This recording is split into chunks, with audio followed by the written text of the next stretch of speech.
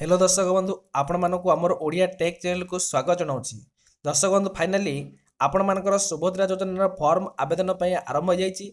तो आपण मैंने केमी फॉर्म टी फिलअप करेंगे एवं फिलअप कर सारा कौटी आपड़ जा आवेदन करेंगे ताहा वीडियो संपूर्ण आपण मानक जनइबी। तो से आपण मैंने वीडियो स्किप नक आरंभ शेष देखूँ एवं केमी फिलअप हम तापर कौन कौन सब आपण मानक डॉक्यूमेंट दरकार केमी संपूर्ण यही वीडियो में आपको बरणी जनईदेवी। तो बंधुगण तो चलते वीडियो को स्टार्ट करवा। आ वीडियो को स्टार्ट करने आगर मुझे कही रखुच्छी जदि आपण मैंने एमतीका नुआ नुआ अपडेट जानवा चाहूँगी ताहले आम चैनल को सब्सक्राइब कर पाखे बेल आइकन दबाई दिंतु और ऑल नोटिफिकेशन को क्लिक कर दिंतु। ता सहित यही फॉर्म केमी आप डाउनलोड करेंगे ताहा वीडियो माध्यम जनईदेवी। तो बंधुगण देखो जितेबाला आपण मैंने सुभद्रा योजना एलिजिबल अटंती ताहले आपण मैंने जदि अप्लाई करने को चाहूँगी एमतीका फॉर्म गोटे आपण मानक दरकार। एमती फॉर्म कौटू पाइबे ना मो टेलीग्राम चैनल को टेलीग्राम चैनल छाड़ देछि अपलोड कर देछि। तो सेठू चाहिए आपण मैंने जाकि टेलीग्राम चैनल जॉइन होइजिबे एवं फॉर्म टी पाई परिबे। तो देखंतु एई फॉर्म टू आपण मैंने डाउनलोड कर सारा पर वर्तमान प्रिंट काट देबे। प्रिंट काढ़ी आपण मैंने फॉर्म को फिलअप करेंगे। देखो भाग क ख सब लिखाई गोटे गोटे पार्ट अनुसार फॉर्म फिलअप करवा एवं संपूर्ण मागणारे फॉर्म मिल किसी असुविधा हुआ। तो देखो आम केमी फॉर्म टाक फिलअप करवा। तो प्रथम अवस्था कही संपूर्ण नाम जदि आपण मानकर आधार कार्ड अच्छी ताहले यही आधार कार्ड अनुजाई आपण मैंने संपूर्ण नाम को गोटे गोटे लेटर अनुसार लिखिबे है कि गोटे गोटे लेटर अनुसार आपण मानकर नाम को लिखिबे एवं ता सहित आउ कौन लिखिबे आपण मानकर आधार संख्या 2 नंबर कही आपण मानकर जो 12 डिजिट रो आधार कार्ड नंबर अच्छी ए आधार कार्ड नंबर को एठी लिखिबे। तापर कही स्वामी बा पितांकर आपण मानक आधार कार्ड रे किछि लोकर आधार कार्ड रे स्वामी को नाम लिखा होची तो आउ किछि लोक को आधार कार्ड रे तांकर बापांकर नाम लिखा होची। आधार कार्ड रे जो मानक नाम लिखा हिथिबो से आवेदनकारींकर एटे बापा ना लिखिबे नचेत जदि आपण मानकर स्वामी को नाम अच्छी ताहले एटे स्वामी को नाम फिलअप करेंगे। पुणी 4 नंबर जन्म तारीख मन रखु जन्म तारीख जितेबाला आपण मानक आधार कार्ड रे लिखा जाइछि केमिति लिखिबे देखंतु प्रथम लिखिबे दिन मनकर मोर 5 तारीख ले मु कोन लिखिबे 05 लिखिबी एवं मोर मे मास जन्म होइछि मे मास जन्म हेले मुझे लिखी 0 और 5 तारीख कहीं मे मास जनवरी फेब्रुआरी मार्च एप्रिल मई पुणी एथरे कौन कह वर्ष मनकर 1990 मसीहा जन्म होइछि तो एमती लिखिपारे है। तो प्रथम आपण मैंने डेट लिखिबे दिन लिखिबे मास लिखिबे तापर वर्ष लिखिबे एवं 5 नंबर रे आपण मैंने क्यों वर्गर साधारण वर्गर ना अनुसूचित जाति जनजाति जाति लिखिबे ना जनजाति ना शारीरिक अक्षम जदि हाँ ताहले हाँ जदि आपण मैंने साधारण ही वर्गर ताहले मारिबे एटा ठीक मारिबे। जदि आपण मैंने अनुसूचित जाति ही कि एससी होते ना एसटी होते ना जेकोसी आपण मैंने शारीरिक विकलांग होते हाँ मारिबे नचे जेठी ना मारिबे है। तापर आधार संयुक्त मोबाइल नंबर मु प्रथम ही कही आपण मानक सुभद्रा योजना अप्लाई करने को प्रथम स्टेप रे आपण मानकर आधार कार्ड को मोबाइल नंबर लिंक करिया पड़िबो ताहले आपण माने एटी कोन करिवे आधार नंबर को संयोग करी मोबाइल नंबर टे देबे जहाँकि जो मोबाइल नंबर आपण मानकर आधार कार्ड रे थिबो। तापरे आपण मानकर ऑप्शनल आउ कोन नंबर अछि बरा एटी देबे।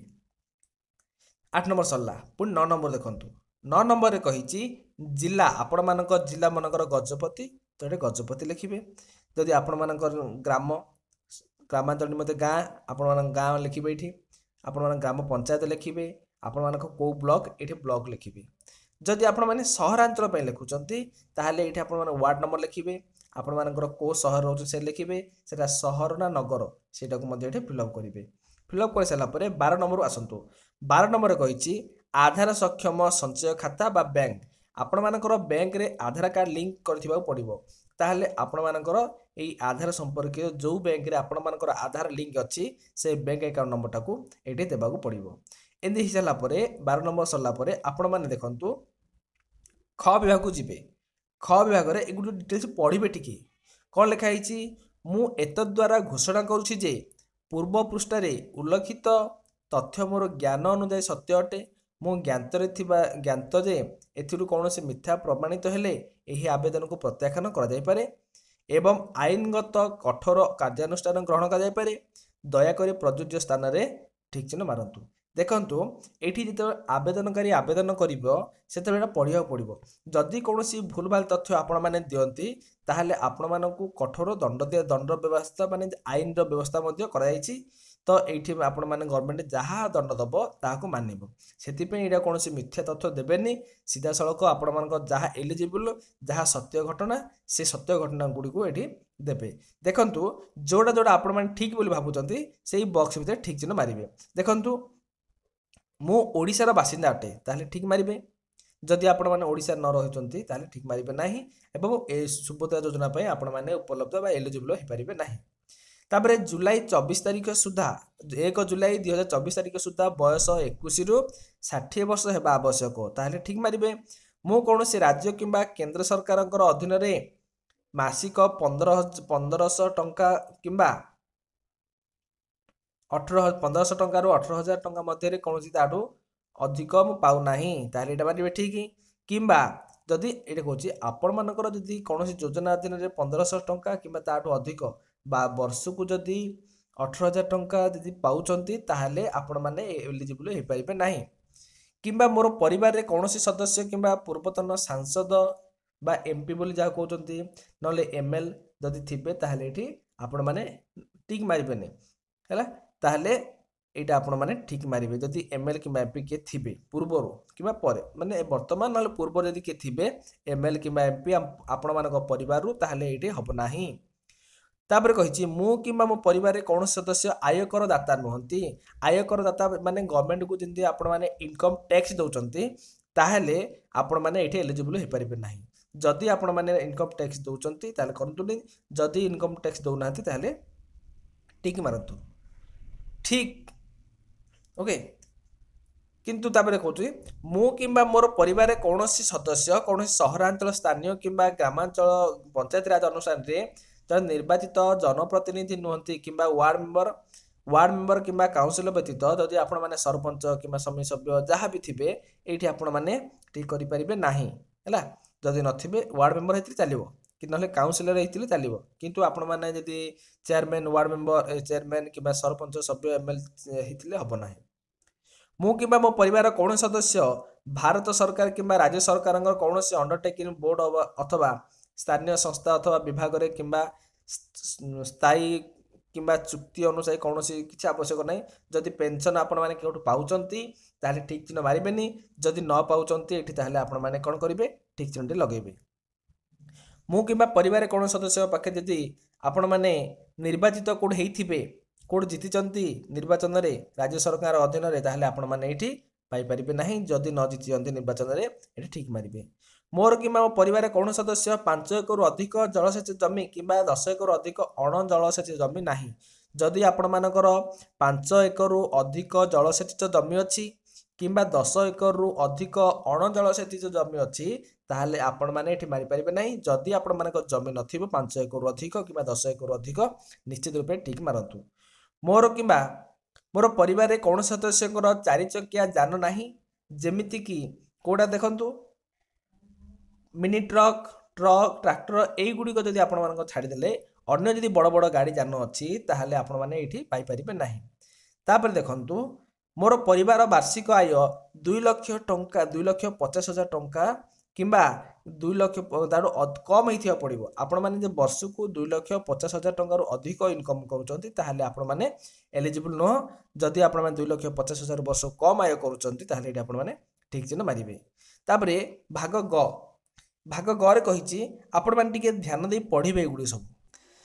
1 ନମ୍ବର କହିଛି ଗ ବିଭାଗର ମୋର ପ୍ରମାଣିକର ମାନ୍ୟତା ପାଇବା ପାଇଁ UIDAI ଆଧାର ନମ୍ବର ଏବଂ ଜନସଂଖ୍ୟା ବିବରଣୀ ହାସଲ ନିମନ୍ତେ ଓଡ଼ିଶା ସରକାରଙ୍କ ଅନୁମତି ପ୍ରଦାନ କରୁଛି। ଏହି ଉଦ୍ଦେଶ୍ୟରେ ନିଜକୁ ପ୍ରମାଣିତ କରେ ଯେ କୌଣସି ପ୍ରମାଣିତ କରିବାରେ କୌଣସି ଆପତ୍ତି ନାହିଁ। ସମ୍ପୂର୍ଣ୍ଣ ଜ୍ଞାତ ଭାବରେ କିଛି ଆବଶ୍ୟକ ନାହିଁ। ଆପଣମାନେ ପଢ଼ି ଯିବେ। ପଢ଼ି ସାରିଲା ପରେ ଆପଣମାନେ ଏଠି କ'ଣ କରିବେ ଏଠି ସିଗ୍ନେଚର କରିବେ ହେଲା। ସିଗ୍ନେଚର କରିସାରିବେ ଏବଂ ଆପଣମାନେ ଯେବେ ଆପ୍ଲାଏ କରିବେ ଏଠି ଆପଣମାନଙ୍କର ଡେଟ୍ଟି ପକାଇଦେବେ। ଧରିନିଅ ଆଜି ଆପ୍ଲାଏ କରୁଛନ୍ତି ତାହେଲେ ଆଜିର ଡେଟ୍ ଏମାନେ ପକାଇବେ।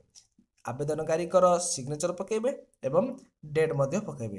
पकई सारा पर आपण मैंने ये कौन करेंगे जनसेवा केन्द्र आपण अंचल जनसेवा केन्द्र कि मो सेवा केन्द्र ना जेको स्थान को जाकि जोटि आप्लाय कर फर्म टी देवे दे सारापर आपण मैंने कंप्यूटर माध्यम आप्लाय करेंगे एवं आप्लाय कर सारापर आपण मानक एमतीका गोटे फर्म देवे जितेबाला आप्लाय हम आप्लाय कर सारापर से एमतीका गोटे फर्म देवे फर्म देलापर आपण मानकर आवेदन पत्र नंबर लिखा से नंबर लिखाई एवं आपण मानकर जेबे आप्लाय हैला तार दिन मास वर्ष अनुसार लिखाई एवं आपण मान आधार कार्ड लिखाई एथि कौन असुविधा नहीं एवं आपण मानक ये कौन सिग्नेचर आवश्यक आपण रखी ओके। तो बंधुगण एमती सुभद्रा योजनार फर्म को आप्लाय करेंगे और फिलअप करेंगे। तो जदि आपण मैंने ये फर्म को पाइबा चाहूँगी ताहले आमर टेलीग्राम चैनल जॉइन हो जातु एवं से फर्म टी मुझे अपलोड कर देछि सेठु पाई परिबे। तो बंधुगण जदि वीडियोटी भल लगिला ताहले वीडियो को लाइक कर देबे एवं चैनल को हम सब्सक्राइब करी पाखे थिबा ऑल बेल आइकन दबे ऑल नोटिफिकेशन क्लिक कर दियंतु। परवर्ती वीडियो रे मु ए सुभद्रा योजना रे कोन कोन नुवा अपडेट आसिला मु आपण मानक संपूर्ण विवरणी आनि देबी। रहउची जय जगन्नाथ।